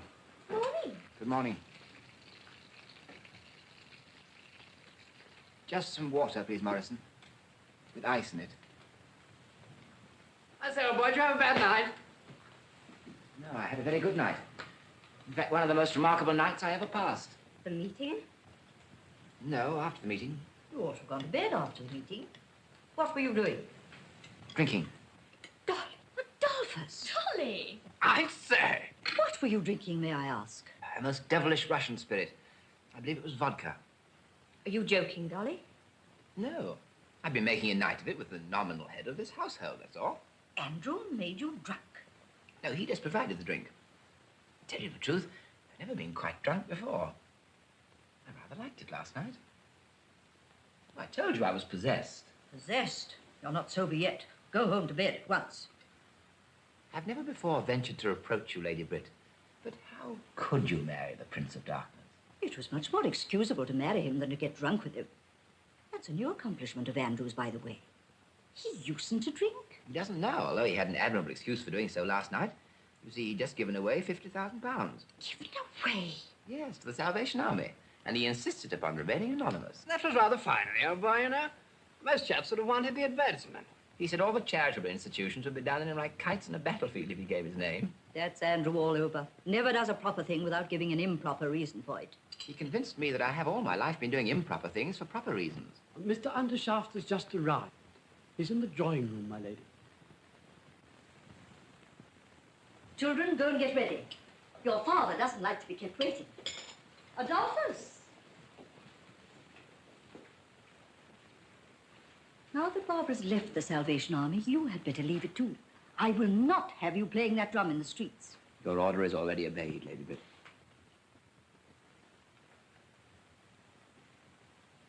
Good. How fortunate to see you alone. Don't be sentimental, Andrew. Sit down. Sarah must have 800 a year until Charles comes into his property. Barbara will need more, need it permanently. Because Adolphus hasn't any property. Yes, my dear, I shall see to it. Anything else for yourself, for instance? I want to talk to you about Stephen. Don't, my dear. Stephen doesn't interest me. He does interest me. He's our son. Do you really think so? Andrew, don't be aggravating and don't be wicked. At present, you're both. Do you pretend that Stephen couldn't carry on the foundry just as well as all the other sons of big business houses? Yes, he could learn the office routine without understanding the business like all the other sons. Stephen is the most steady, capable, high-minded young man. You're simply trying to find an excuse for disinheriting him. My dear, the undershaft tradition disinherits him. But I must admit it's landed me in a difficulty. As you yourself remark, I'm getting on in years, and I haven't found a fit successor yet. There is Stephen. That's just it. All the foundlings I can find are exactly like Stephen. I want a man with no relations and no schooling. That is, a man who'd be out of the running altogether if he weren't a strong man. And I can't find him. If you want to keep the business in the family, you'd better find an eligible foundling and marry him to Barbara. You would sacrifice Stephen to Barbara? Cheerfully. Come, Biddy. Don't call me Biddy. I don't call you Andy. And your tie's all on one side. Put it straight. Oh, I beg your pardon. No, come in, Stephen. Good morning. I understand you want to come into the cannon business. I? Going to trade? Certainly not.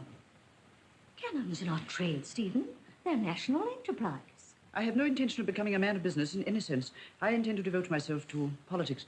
My dear boy, this is an immense relief to me, and I trust it may prove an equally good thing for the country. Stephen, I cannot allow you to throw away an enormous property like this. Mother, there must be an end of treating me as a child, if you please. Any further discussions had better take place with my father as between one man and another. Stephen! I'm sorry, Mother, that you have I quite understand, Stephen. By all means, go your own way. If you feel strong enough. You see, my dear, it's only the big men who can be treated like children. All right, Stephen, your independence is achieved. You've won your latchkey. Now, what about your future as between one man and another? It's settled that you don't ask for succession to the cannon business. I hope it is settled that I repudiate the cannon business. My dear boy, don't be so devilish sulky. Freedom should be generous. Besides, I owe you a fair start in life in exchange for disinheriting you. You can't become Prime Minister all at once, you know. Haven't you a turn for something? What about literature, art, and so forth? I have nothing of the artist about me, either in faculty or character, thank heaven. A philosopher, perhaps? I make no such ridiculous pretension. Just so. Well, then there's the army, the navy, the church, and the bar. The bar requires some ability. What about the bar? I'm afraid I haven't the necessary push. I believe that is the name that barristers give their vulgarity for success in pleading. Rather a difficult case, Stephen. Hardly anything left but the stage, is there? Well, is there anything you know or care for? I know the difference between right and wrong. You don't say so. What? No capacity for business? No knowledge of law? No sympathy with art? No pretension to philosophy? Only a simple knowledge of the secret that has baffled all the lawyers, muddled all the men of business, and ruined most of the artists. The secret of right and wrong. Why, man, you're a genius, a master of masters, a god. And at 28, too. You are pleased to be facetious. I pretend to nothing more than any honorable Englishman claims as his birthright. Oh, very well. Have it your own way. You know nothing and you think you know everything. That points clearly to a political career. We'll get you a private secretaryship to someone who can get you an under-secretaryship, and you'll find your natural and proper place in the end on the Treasury bench. I'm sorry, sir, that you force me to forget the respect due to as my father. I am an Englishman, and I will not hear the government of my country insulted. The government of your country. I am the government of your country. I and Lazarus. Do you suppose that you and half a dozen amateurs like you, sitting in a row in that foolish gabble shop, can govern a country like England? Be off with you, my boy, and play with your historic parties and leading articles and burning questions and the rest of your toys. And in return, you shall have the support and applause of my newspapers and the delight of imagining that you're a great statesman. Really, my dear father, it's quite impossible to be angry with you. I suppose it is natural for you to think that money governs England. But you must allow me to think I know better. And what does govern England, pray? Character, Father. Character. Whose character, yours or mine? Neither yours nor mine, Father. But the best elements in the English national character. Stephen, I found your profession for you. You're a born journalist. We must get you a job on the Times.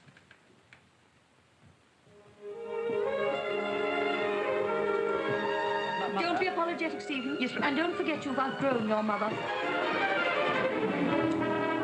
Good morning, Morrison. Shall we see you again this evening, sir? I have your room ready for you. No, by George.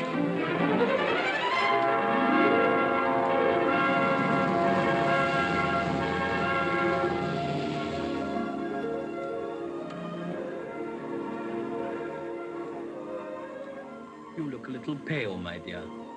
I've made you unhappy, haven't I? Do you understand what you've done to me? Yesterday, I had a man's soul in my hand. I set him in the way of life with his face to salvation. And when we took your money, he turned back again to drunkenness and derision. I'll never forgive you there. Never. Does my daughter despair so easily? Can you strike a man to the heart and leave no mark on him? You forget, my dear. Bill Walker spat in Todger's eye to save his honor. He gave up his hard-earned pound to save his soul. Do you know what a pound means to such a man? It's your faith that's failing, not his. Will he ever strike a woman again as he struck Jenny Hill? You've sent him on the road to his salvation. It may not be your road, but he won't turn back. Oh, yes, you're right. He can never be lost now. Where was my faith? Oh, clever, clever devil. You may be a devil, but God speaks through you sometimes. You've given me back my happiness. I can feel it deep down now, though my spirit is troubled. You've learnt something, my dear. That always feels at first as if you'd lost something.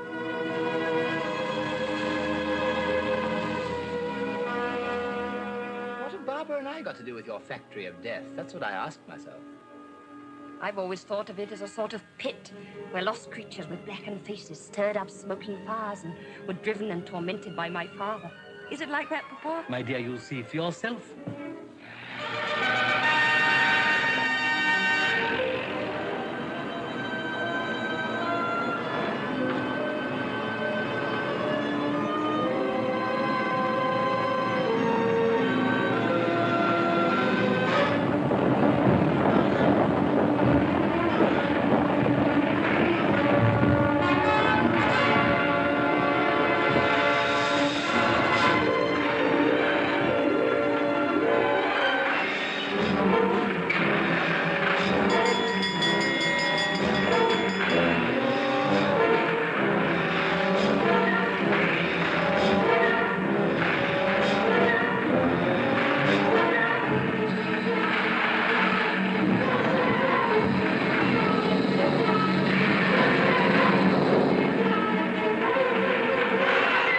Materials of destruction. Or construction. How about railway lines, for instance?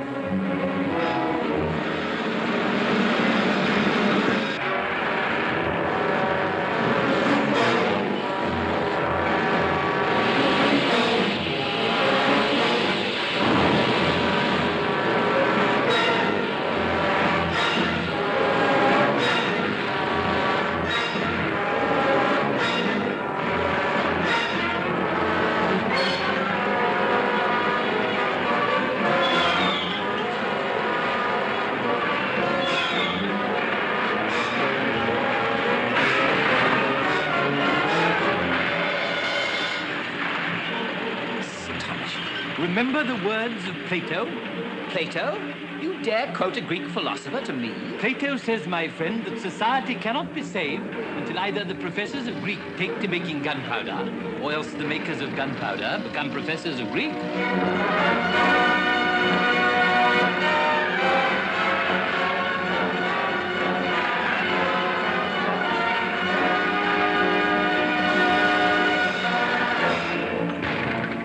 My predecessors, the old swordsmiths, used the same stuff, boiling steel.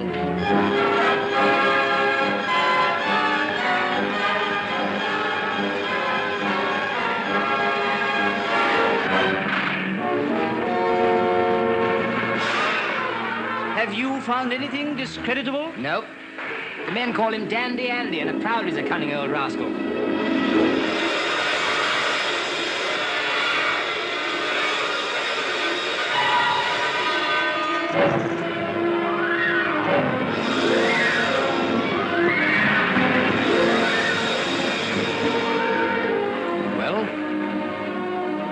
Driving me against my nature. I hate war. Hatred is the card's revenge for being intimidated. Dare you make war on war? Here are the means.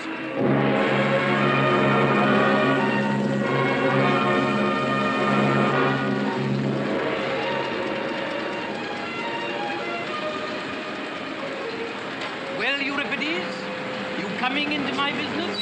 Understand this, you old demon. You have me in a horrible dilemma. I want Barbara.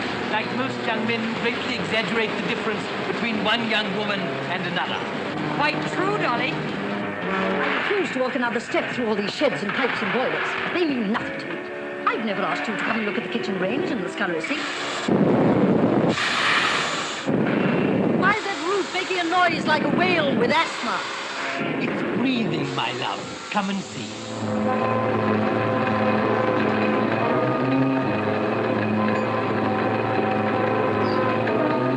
This is ridiculous. Is it snow or salt or what?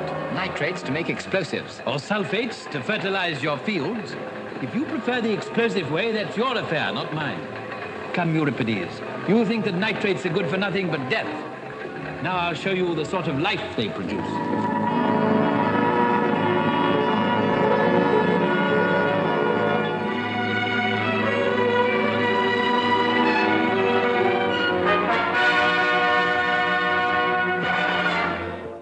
Where my workers live. Here they own everything and I own nothing. Sort of cooperative touch, huh? Exactly, Mr. Lomax. It makes it very difficult for them to leave my employment, but then they don't want to leave it. Why? Because they can't better themselves, my love.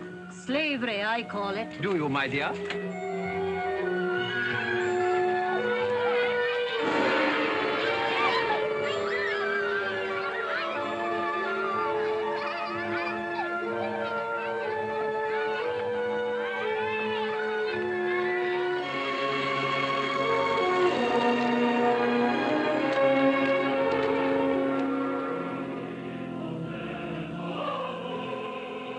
Church exhibition, what? Exactly, Mr. Lomax. It's a result of our belief in religious freedom. Its official name is the meeting place of all the religions. The men call it Piety Square. Are you sure that all this pampering is really good for the men's characters? My dear boy, when you're organizing civilization, you have to make up your mind whether trouble and anxiety are good things or not. If you decide that they are, then I take it you simply don't organize civilization. Good morning. However, our characters are safe here. A sufficient dose of anxiety is always provided by the fact that we may all be blown to smithereens at any moment.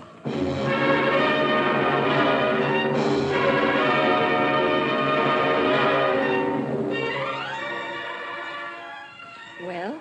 Not a ray of hope. Everything perfect, wonderful, real.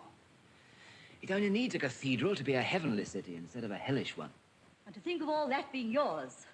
And you've kept it yourself all these years. It doesn't belong to me. I belong to it. It's the undershaft inheritance. It is not.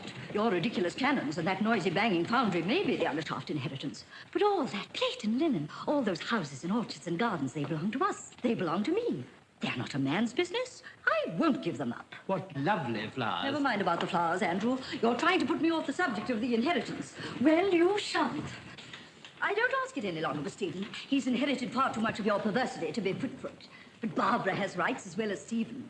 Why should not Adolphus succeed to the inheritance? I should ask nothing better if Adolphus were a foundling. He's exactly the sort of new blood that's wanted in English business. But he's not a foundling, and there's an end of it. Not quite. I think, mind, I'm not committing myself in any way as to my future course, but I think the foundling difficulty can be got over. What do you mean? Well, I have something to say which is in the nature of a confession. A confession? A confession? Yes, a confession. Listen, all of you. Won't you sit down?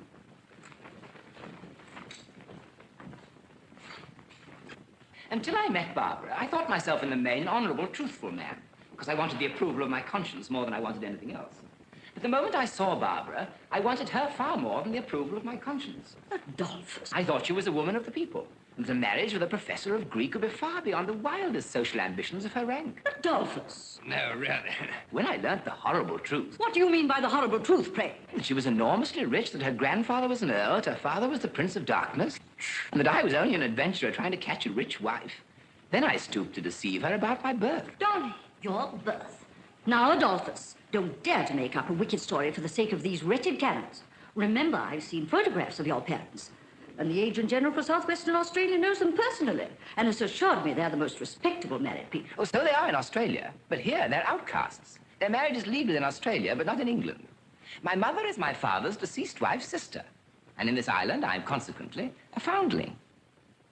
I think not. You can marry your wife's sister, even in England. Ah, you can now, but not when my parents married. Is the subterfuge good enough, Machiavelli? You're an educated man. That's against the tradition. Greek hasn't destroyed my mind, it's nourished it. Besides, I didn't learn it in an English public school. Biddy, this may be a way out of the difficulty. Stuff! A man cannot make cannons any better for being his own cousin instead of his proper self. Well, I can't afford to be too particular. He's cornered the foundling market. Let it pass. You're eligible, Euripides. You're eligible. You know that you'll have to change your name. Do you object to that? Would any man named Adolphus, any man called Dolly, object to being called something else? Hardly. Now, as to money, I propose to treat you handsomely from the beginning. You shall start at 1,000 a year. 1,000? You dare offer a miserable 1,000 to the son-in-law of a millionaire? No, by heavens, Machiavelli, you shall not cheat me. You can't do without me, and I can do without you. I must have, £2,500 a year for 2 years. At the end of that time, if I'm a failure, I go. But if I'm a success and stay on, you must give me the other 5,000. What other 5,000? To make the 2 years up to 5,000 a year. The 2,500 is only half pay, in case I should turn out a failure. The third year, I must have, 10% of the profits. 10%? Do you know what my profits are? Enormous, I hope. Otherwise, I shall require 25%. But, Mr. Cousins, this is a serious matter of business. You're not bringing any capital into the concern. What? No capital? Is my mastery of Greek no capital? Is my access to the subtlest thought, the loftiest poetry yet attained by humanity no capital? My character, my intellect, my life, my career, and what Barbara calls my soul? Are these no capital? Say another word and I double my salary. Be reasonable. Mr. Undershaft, you have my terms. Take them or leave them. Very well, I note your terms and I offer you half. Half? You call yourself a gentleman and you offer me half? I don't call myself a gentleman, but I offer you half. This your future partner, your successor, your son-in-law? Leave me out of the bargain, please, Dolly. You're selling your own soul, not mine. Come, I'll go a step further for Barbara's sake. I'll give you 3/5, but that's my last word. Done. Done in the eye. By the way, Mac, I'm a classical scholar, not an arithmetical one. Is 3/5 more than half or less? More, of course. I'd have taken 250. How you can succeed in business when you're willing to pay all that money to a university professor obviously isn't worth a junior clerk's wages. Well, what did Lazarus say? You'll be blamed for your opacity in money matters, poor fellow, as he's hitherto been blamed for mine. You're a shark of the first order, Euripides. So much the better for the firm. Dolly, old fellow, think before you decide. Do you feel that you're a sufficiently practical man? It's a huge undertaking, an enormous responsibility. All this massive business will be Greek to you. I think it'll be much less difficult than Greek.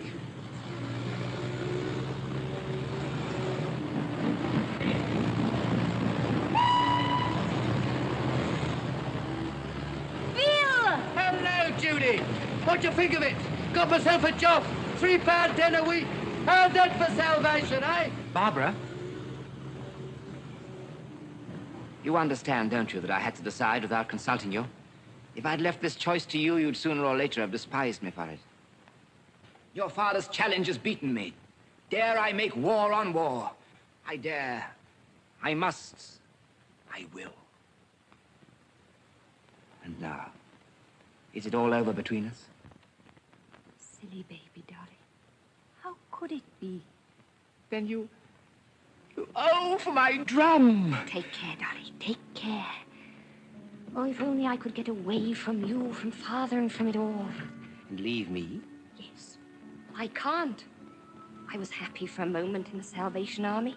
But as soon as our money ran short, it all came back to Bodger. Undershaft and Bodger. Their hands stretch everywhere. And as long as that lasts, there's no getting away from them. Turning our backs on them is turning our backs on life. Do you know what would have happened if you'd refused Papa's offer? I wonder. I should have given you up and married the man who'd accepted it. After all, my dear old mother's got more sense than any of you. I felt like her when I saw this place. Felt that I must have it. That never, never, never could I let it go. Only she thought it was all the houses and the kitchen ranges and the linen and the china. But it was really all the human souls to be saved. Not weak souls in starved bodies, sobbing with gratitude for a scrap of bread and scrape. But souls that are hungry because their bodies are full. My father shall never throw it in my teeth again that my converts were bribed with bread. I have got rid of the bribe of bread. I have got rid of the bribe of heaven. Let God's work be done for its own sake. The work that he had to create us to do, because it cannot be done except by living men and women. Then the way of life lies through the factory of death. Yes, through the raising of hell to heaven and of man to God. Through the unveiling of an eternal light in the valley of the shadow. Oh, did you think that my courage would never come back? Did you believe that I was a deserter? That I, who have stood in the streets and taken my people to my heart and talked of the greatest and holiest of things with them, could ever turn back and chatter foolishly to fashionable people about nothing in a drawing room? Never, never, never, never. Sooner than that, I'd sweep out the gun cotton sheds or be one of Bodger's barmaids. Major Barbara will die with the colors. Glory, hallelujah. Mama! Mama! Well, what does she say? She's gone right up into the skies. Mama! Well, Barbara, what do you want? A house in the village to live in with Dolly.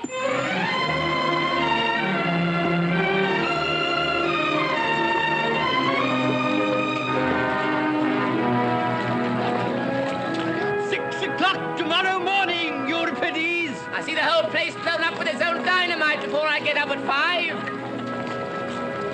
Here, remember my tip, mate. Stop her jaw, or you'll die afore your time. Wore out, that's what you'll be, wore out.